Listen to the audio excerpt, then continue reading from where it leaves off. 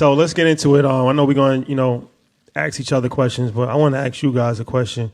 How did this partnership come together? You guys obviously, played in the league, and that's a brotherhood. But now you have a different brotherhood in business and in, new age media communication. So how did this partnership come together with you guys? Well, I mean, he's a great storyteller in terms of like how we actually met. And so I'll do Tarantino style.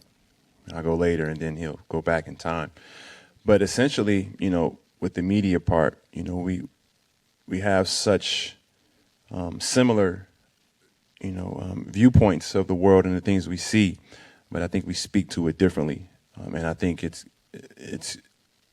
communicated to the masses. I have, the folks that I can speak to, and then he has the folks that he can speak to, and we feel like we can cover a lot of ground. But what we were seeing is just owning your own IP and understanding the power behind it. Growing up, I think all we had was Bob Johnson and BET. And there's been a lot of conversation behind that in terms of, Jay-Z's doing it now.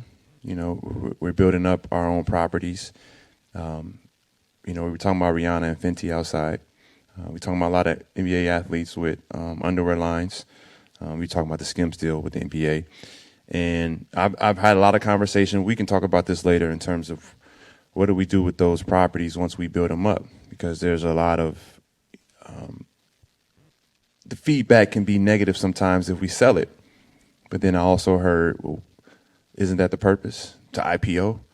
And I think you've done an incredible job of enlightening your listeners, which is our community, in terms of participating in public companies. And so, yes, we should go out and reap the fruits of our labor in terms of what we're building. But when we do go public, like, our people can participate, and that's how you sell it, And so there's not that negative connotation from behind it, coming from that. And so with us, too, we have conversations like this all the time. And that's why we chose to go out. And as I have a deal with ESPN, and ET's had deals that he's done in the media space. And so we can use those platforms to leverage, to raise our profile. But then we have our own property that we can go out and we can try to scale and go deeper into our conversations and to our listeners and kind of give them some insights on our minds and how we got to where we are, having success, not just on the court, but off the court.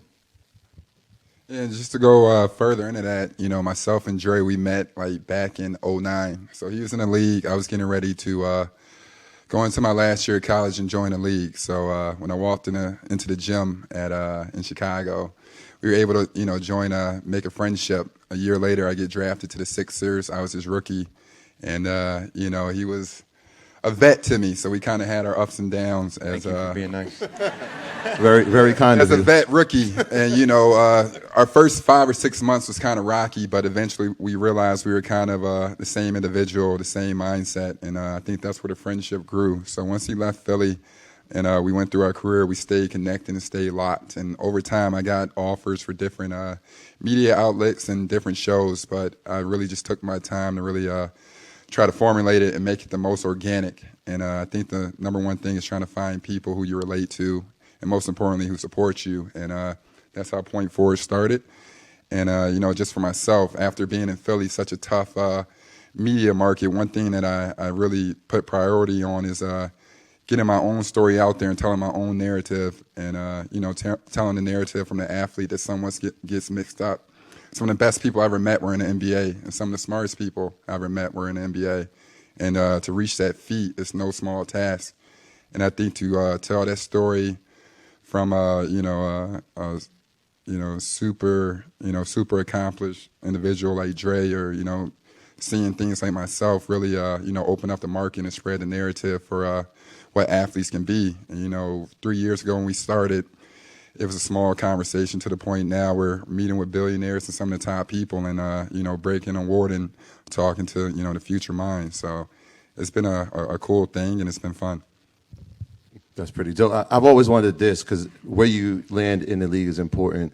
Obviously, you guys start in Philly, but branding is something that has shifted a little bit, right? When you came in the league out of Arizona, you out of Ohio State, there wasn't a focus on making the individual like the star, right? Like we had a few stars and brands got behind it, but everybody didn't have their own individual situation. So I wonder, where did that shift for you guys, right? Was it the move to Golden State, where now you're in an area, Silicon Valley particular, where the conversation outside of basketball is happening and you're privy to it and now starting to take that information and applying it? And did that relationship with him continue? Right now you're learning things, but you're not on the same team. Hey, let me put you up on some game. No, for sure. It's interesting now. I think they're too young putting their brands together. I think you need to show your excellence on the court first, and that's where you really establish yourself. I think it's the inverse effect has happened where you got a kid with a brand, and I'm like, well, wait, why do you have a brand? Oh, you play basketball. As opposed to he's one of the best at what he does. And I think as technology's gotten better, and with making sports more valuable, is you can get closer to the athlete than ever. And that actual individual athlete is B2C, where I can actually touch my fans. Like I can get close to them, like they can see me. And before it was only your superstars. We call them your signature guys who had their own shoes. Well, now we were just talking about a guy in the back who's at the all-white party, but he's making his presence felt. And people identify him, although he may not be a household name. And so even if you're the ninth man on the team, you still can have a brand. But you can make yourself the best ninth man in the NBA. Like, make your presence on the court first. And I think that's where it's changed as time has gone on. And I was fortunate enough to have the same agent as Kobe Bryant, so I was able to see how Kobe was moving. And so that's what led me to understand, like, all right, I got to do it on the court first. But now these kids are getting smarter. It's just they have to make sure they take care of, what they have going on the court. And going to the Bay was amazing. But my business partner, Rudy, who's in here right now, we were talking about Silicon Valley years before I got there. Just didn't know that I would be there. But when the opportunity came, that was a part of the strategy. When I got into free agency, the Warriors didn't have cap space. And I actually had a meeting with them. And I'll never forget, I had a meeting with New Orleans. Sacramento offered me an amazing deal. It was damn near double the deal I took. Like, it was a lot. But I had to sign it within like 5 minutes. And he was like, the owner was like, Andre, you're the future. You're Kings 2.0. Incredible. And I still have a great relationship with him. Because the vision that I took to the Warriors, he actually wanted me to bring that vision to the Kings. He actually saw it. And I've never spoken that. And he deserves a lot of credit. He saw that. Like, listen, you're the blueprint for what the NBA player should be in terms of your business. Because he came from the Warriors, so he saw it. But he didn't know I had a meeting with the Warriors because the Warriors had no cap space. But I actually set up a meeting with the Warriors. They were like the fourth team I met with that day. And it was Mark Jackson, it was Joe Lacob, and they had 2 execs in there. And they said, Andre, we appreciate you inviting us in. Just kind of know why you wanted us to come in, knowing that we don't have cap space. And then I just broke down why I wanted to play for them. Like, hey, like, I see it in Steph Curry. We just lost to them. Like, Steph wasn't Steph, but I see it. And you got this kid I had to guard named Klay Thompson. I never heard of this kid, but this kid can shoot it like none other. I didn't tell them that I had been following Silicon Valley, but I said there's some business things that I'm trying to figure out. It was in the back of my mind. And they were like, well, we appreciate it, and we appreciate how you feel about our organization, but there's nothing we can do. But my agent and their GM, who was there, Bob Myers, they used to work together at the same agency. Dwight Howard was stalling one weekend.